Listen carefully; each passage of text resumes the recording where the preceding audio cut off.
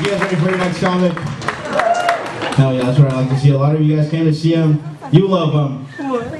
Give it up for Big Business, everybody.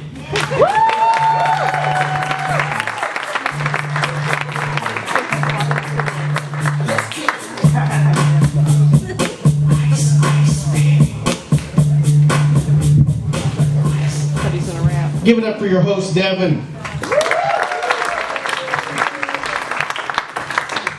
You know, it's kind of a challenge being a clean comedian. I don't even know why these other guys hang around with me, but they do. They're a great bunch of people. Give it up for the rest of the comics.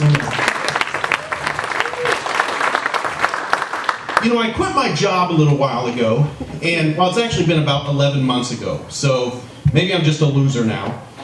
But it's given me some free time to do the comedy. And the comedy thing has some challenges. And the first one being, I'm not even the funniest person in my house. The funniest person in my house is my son. I got a son named David. His name's David too. And yeah, he's here tonight. And he's on the autistic spectrum. Someone walked up to him recently and said, "David, you do know autism is caused by vaccines." He looks back at him and says, "I don't have polio."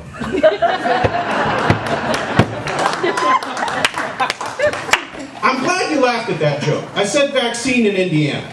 You know, like that's heads or tails.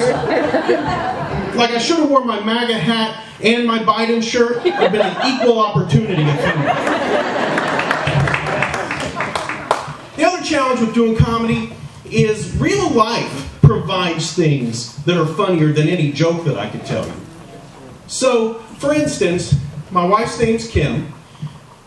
My boss at the church I worked at, her name was Kathy. This will be important information here in a second.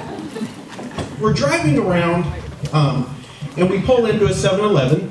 My wife says, "We're out of cat food. Will you go in and get some Meow Mix?" She said Meow Mix by name. So I go into the 7-Eleven. They're out of Meow Mix. I'm a wise man. I don't make these command decisions on my own. So I grab a can of Friskies. I type into my cell phone, Friskies, ? Autocorrect, Frisky, ? I send it to Kathy. For the record, she wasn't. And that's how you get written up at a church. Now, so how many married people in the room tonight? Right on, give it up.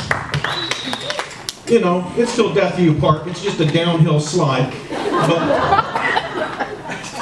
So, a few things I wish I would have known before getting married. The first one being, that's my wife, y'all.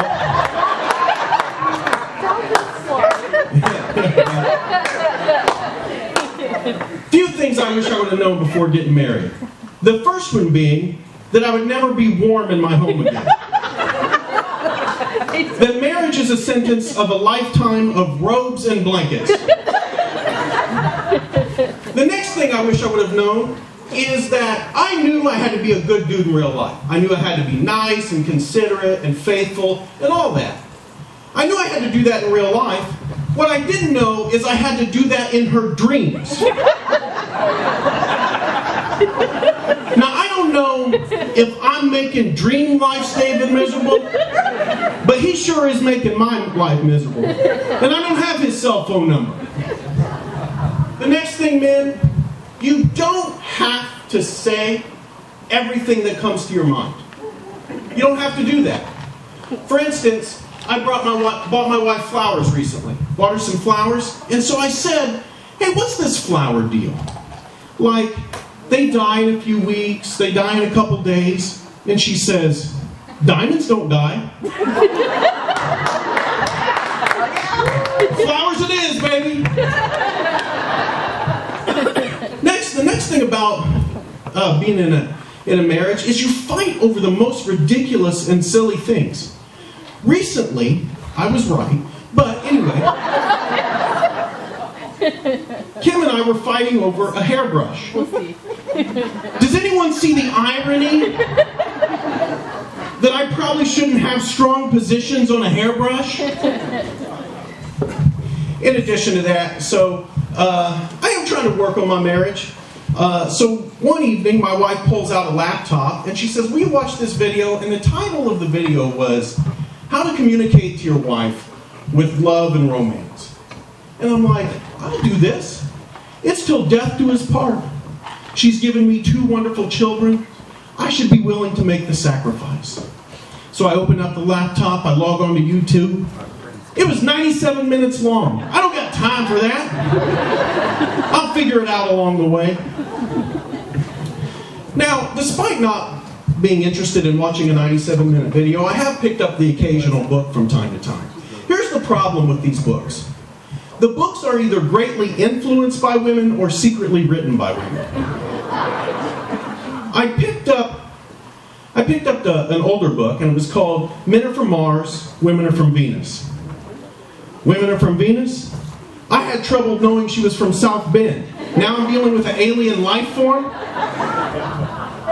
And the faith books aren't any better. They got this one, 5 love languages. 5 love languages? I failed high school English. How many Rosetta Stones is this going to take? Also, I've been trying to work out, go to the gym, that kind of thing. And I can't speak for the ladies' locker room, but gentlemen, we got to get something straight. The towel is not optional.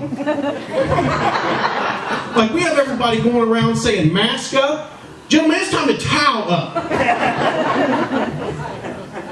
Also, there's 3 kind of people that go to the gym. The first kind of person that goes to the gym is the mirror looker. A lot of mirror looking going on at the gym. Wasn't aware this is so high-tech technology. Next, the second kind of person that goes to the gym is the smallest number of people, those that are there to work out. And third and final group of people that are there, and the most annoying, is the talker. Unfortunately, I found out I was a talker when the gentleman looked at me and said, "Sir, will you get out of my shower?" I don't know what the problem is. I had a towel on. Hey, thanks. You've been a great crowd. That's been my time.